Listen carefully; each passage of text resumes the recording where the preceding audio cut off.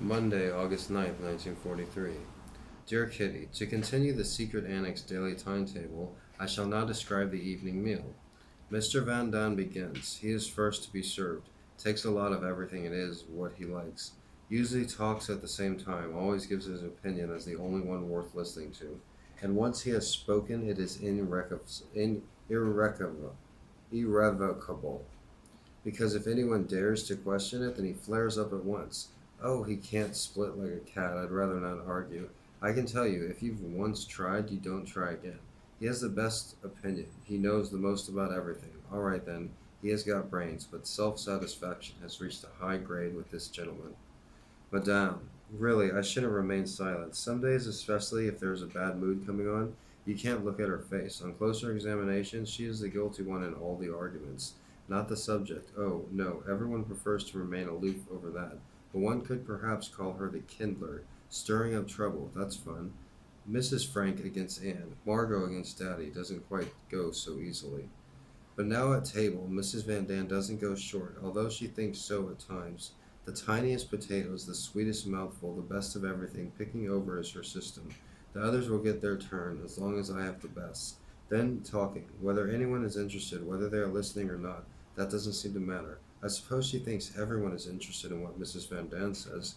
Coquettish smiles, behaving as if one knew everything, giving everyone a bit of advice and encouragement. That's sure to make a good impression. But if you look longer, then the good soon wears off. One day she is industrious, two, gay, three, a coquette, and occasionally pretty. This is Petrolia Van Daan. The third table companion, one doesn't hear much from him. Young Mr. Van Daan is very quiet and doesn't draw much attention to himself. As for appetite, a Dane vessel which is never full, and after the heartiest meal declares quite calmly that he could have eaten double. Number 4, Margot. Eats like a little mouse and doesn't talk at all. The only things that go down are vegetables and fruits. Spoiled is the Van Daan's judgment. Not enough fresh air and games, our opinion. Beside her, Mummy. Good appetite, very talkative. No one has the impression as Mrs. Van Daan that is the housewife. What is the difference? Well, Mrs. Van Daan does the cooking and Mummy washes up and polishes. Number 6 and 7. I won't say much about Daddy and me. The former is the most unassuming of all at the table. He looks first to see if everyone else has something. He needs nothing himself, for the best things are for the children. He is the perfect example, and sitting beside him, the secret annex's bundle of nerves.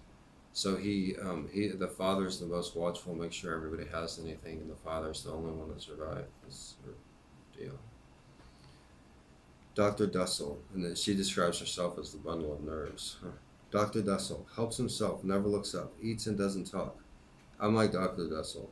And one must talk, then for heaven's sake, let it be about food. You don't quarrel about it, you only brag. Enormous helpings go down, and the word no is never heard. Never when the food is good, and not often when it's bad.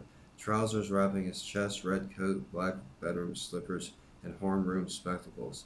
That is how one sees him at the little table, always working, alternated only by the afternoon nap, food, and his favorite spot, the lavatory. 3, 4, 5 times a day, someone stands impatiently in front of the door and wriggles, hoping that one foot to the other, hardly able to contain himself. Does it disturb him? Not a bit. From 7:15 till half past, from 12:30 to 1 o'clock,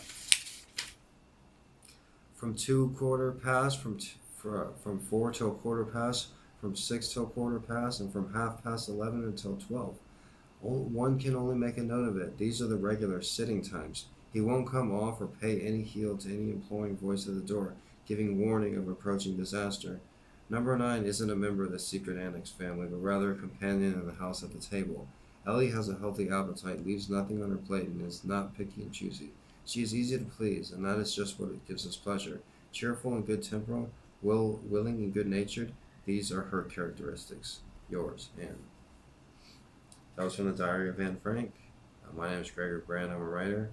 If you haven't already, click the subscribe button, and I appreciate you watching. Thank you.